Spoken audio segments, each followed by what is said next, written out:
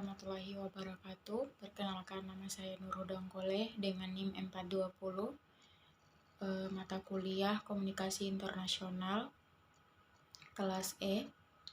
Di sini saya berperan sebagai Puan Maharani sebagai Ketua Dewan Perwakilan Rakyat di Republik Indonesia.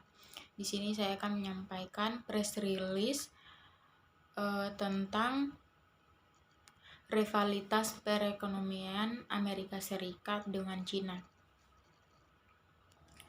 Ekonomi global masih diselimuti ketidakpastian pada tahun ini. Hal ini turut memberi tekanan kepada dua negara besar dunia, yaitu Amerika Serikat dengan Cina. Hal ini tercermin dari perkembangan ekonomi kedua negara yang belum sepenuhnya pulih. Berdasarkan Biro Statistik Nasional, pertumbuhan laba di perusahaan industri Cina tumbuh paling lambat pada Juli 2021 karena harga bahan baku naik dan penyebaran corona telah membatasi produksi dan harga bahan mentah juga ikut naik. Laba perusahaan industri naik 16,4% menjadi 730,67 miliar yuan atau setara dengan US dollar 108,51 miliar pada Juli 2021. Pertumbuhan itu turun dari realisasi bulan sebelumnya bisa mencapai 20%. Data tersebut juga menyoroti hilangnya momentum bagi pemerintah Cina untuk memperbaiki pertumbuhan ekonomi. Padahal Cina telah berupaya melakukan pemulihan ekonomi yang mengesankan akibat COVID-19. Namun ekspansi Cina kehilangan tenaga karena perkembangan bisnis industri terkendala oleh biaya tinggi, pasukan terbatas, dan penurunan daya beli konsumen. Pada periode yang sama, Cina melihat penurunan tajam dalam produksi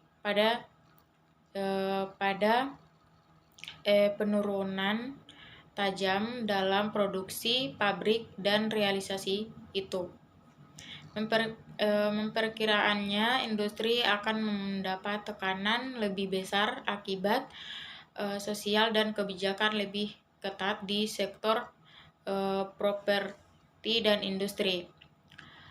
Akan berbeda jauh, Amerika juga berupaya bertahan di tengah ketidakpastian ekonomi tahun ini.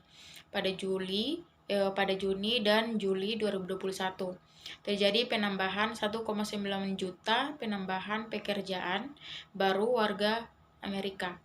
Namun sejumlah analisis masih mempertanyakan apakah momentum itu masih bisa berlanjut atau tidak.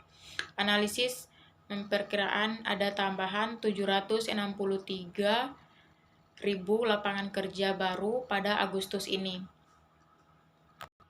Kemudian Puan Maharani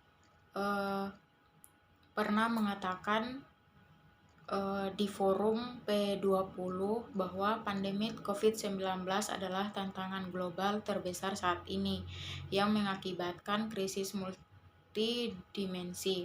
Namun krisis ini juga melahirkan kesempatan untuk membangun dunia yang lebih baik pasca pandemi. Krisis tersebut telah menunjukkan saling ketergantungan antara people, property, and planet. Puan juga menyinggung mengenai tipping point krisis perubahan iklim yang dihadapi dunia, meningkat kurangnya komitmen berbagai negara untuk mengurangi emisi. Puan menilai ada kemitraan global untuk mendorong ekonomi hijau secara global, termaksud dalam membantu negara berkembang mengimplementasi ekonomi hijau tersebut.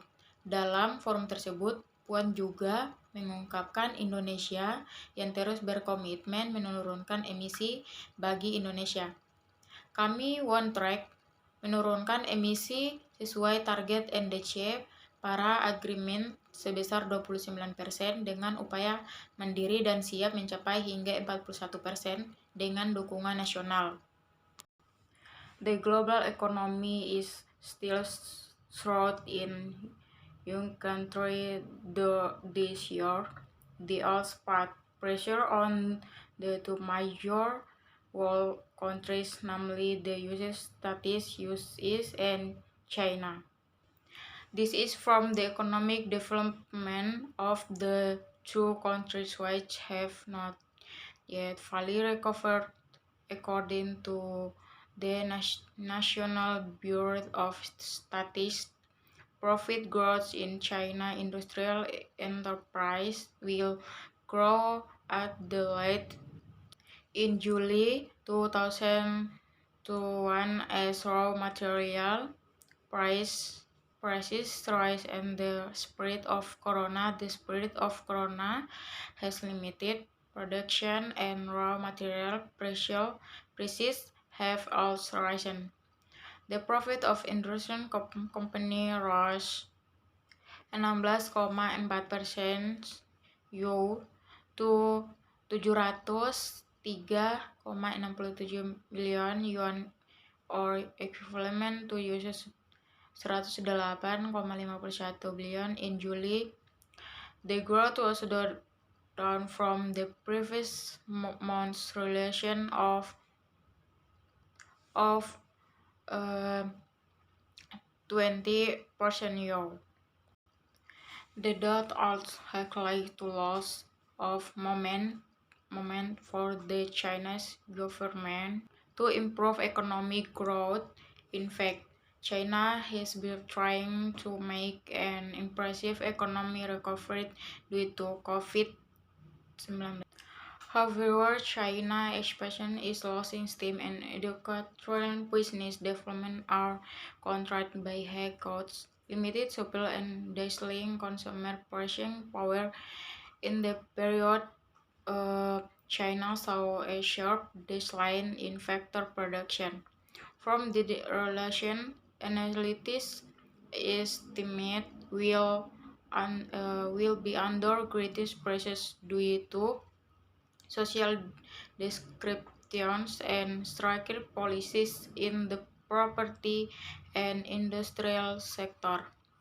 In contrast, American is also trying to survive in the midst of economic uncertainty this year.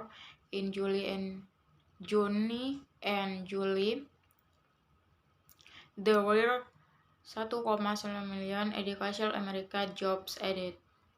However, some analysts still question whether the momentum can continue. Analysts expand an additional 763 job jobs this August.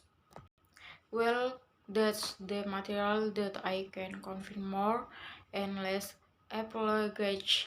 Wassalamualaikum warahmatullahi wabarakatuh.